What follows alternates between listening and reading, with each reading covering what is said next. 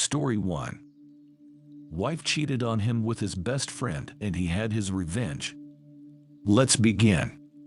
Airhead and Sarah have been like family to my wife and I for several years, practically ever since we moved in across the street from them. The four of us were extremely tight. Our kids are the same age as theirs and are all good friends. We were one big family unit.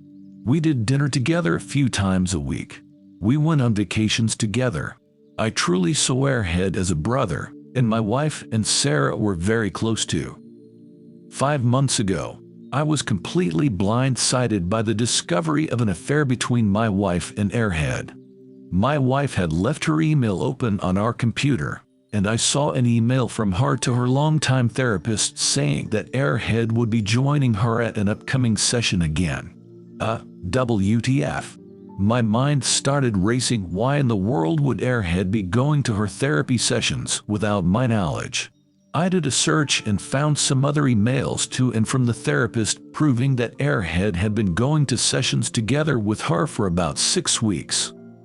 I checked our mobile phone account and discovered that, since late summer, they had been exchanging hundreds of texts every day, peaking at nearly 500 a day by the holidays. Speaking of the holidays, my wife and I hosted both of our family's parents, siblings, etc. for both Thanksgiving and Christmas dinner, and Airhead and Sarah joined us either for dinner or after dinner on both holidays. Text records showed that the entire time that they were at our house celebrating with our families, my wife and Airhead were texting each other across the room.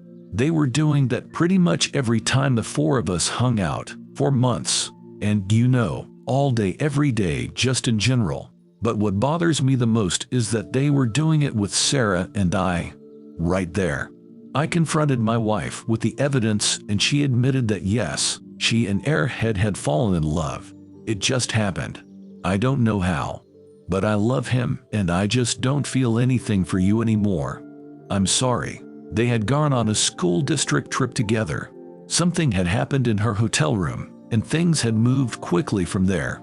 She explained as I lay face down on the couch, unable to look at her, that they had already made plans to move out and divorce me and Sarah, and while they didn't plan to move in together immediately because of the kids, they'd probably do so eventually. The meetings with the therapist were supposedly mostly for the purpose of finding a way to break this to me and Sarah as gently as possible because they were so very concerned for our well-being. Sarah and I are fairly certain that they weren't planning on telling us about the affair at all. So after deliberating, my wife moved out 2 months ago. I was, and still am, utterly destroyed. I cry every day. I cried writing the first few paragraphs of this story just now. I worry nonstop about the impact on our kids. But I am also not exactly a shrinking violet when I feel that I've been wronged. And in this case I was, objectively, very, very wronged. So, a couple of years ago, Airhead ran for a Board of Education seat as a pretty extreme underdog. I helped him with his campaign materials and debate prep, and my wife, a well-known school district employee, this becomes important later, got the word out as best she could. Much to our surprise, he actually won in a squeaker by just a few dozen votes. Being on the board became the center of the Airhead's world. He joined every committee that he could. This turned into the foundation of his affair with my wife, as they were constantly going to school events and meetings together on evenings and weekends. Once I discovered the affair, my thoughts turned pretty quickly to revenge, and it occurred to me that an extramarital affair between a member of the Board of Education and an employee of the school district was at least bad politics and possibly violated district policy. Making things far worse for them was that my wife was in the running for an open administrative position, and everyone knew that she was more or less guaranteed the job and the major pay raise that came with it. She had just finished her master's degree in school administration, at the urging of her principal and the superintendent, so that she could be promoted to this specific position. I had plenty of evidence of the affair, texts from both of them admitting to it, text records showing that they were texting hundreds of times a day, emails to and from the therapist, etc. I considered simply mailing all of the evidence to the board and the superintendent, but felt like I, as the grieving, betrayed spouse, might not be seen as a credible source. So instead, I invented a fictitious furious friend who was planning on showing up to the next board meeting and publicly shaming the two of them for their affair. I told my wife that I'd tried to talk this person down but couldn't guarantee that they wouldn't show up and humiliate them publicly. As I expected, this led the airhead to conclude that the only option was for him to preemptively admit the affair to the board. The superintendent subsequently recommended that airhead resign, which he did. Sarah said that he was utterly humiliated and crushed, and barely got out of bed for a few days afterward. Once word of the affair and airhead's resignation started getting around, the superintendent, a longtime friend of both my wife and airhead, contacted my wife and tearfully informed her that it was no longer politically appropriate for her to be promoted to an administrative position within the district. The position that had been lined up for her was later filled by an outside candidate. This sent waves of confusion and rumor throughout the district, as it was pretty well known that my wife was getting the job.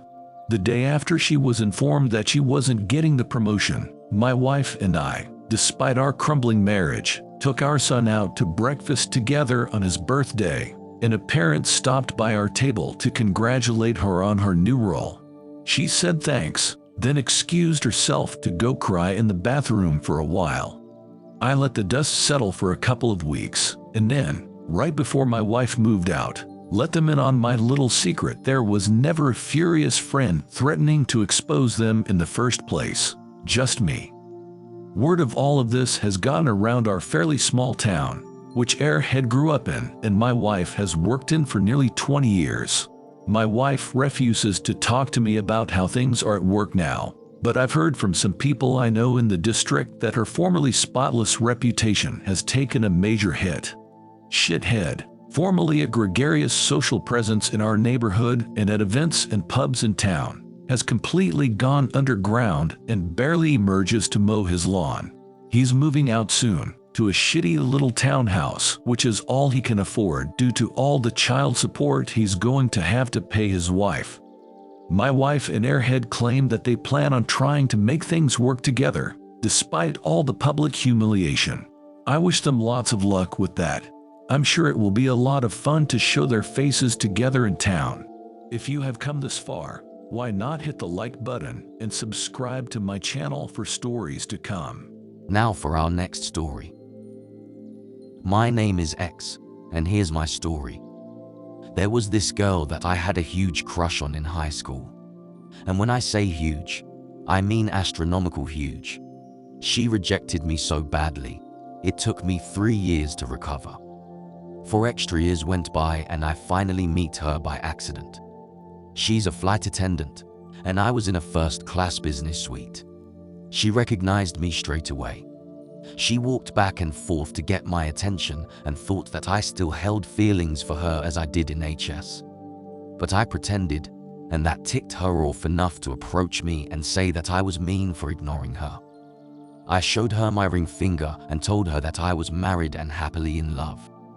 Bro, the anger and jealousy in her eyes struck fear in me that I wanted nothing more but to jump off the plane. I didn't. 7 days later, I had my FB blowing with messages from her, like a stalker. She expressed how she was sorry she was mean and how she made the biggest mistake of her life driving me away. Blah blah blah. I just blocked her and vowed to never fly United Airlines again. My story may be short, but I hope it could teach all about the importance of living a graceful life without looking back. Thanks for listening, and please subscribe for more.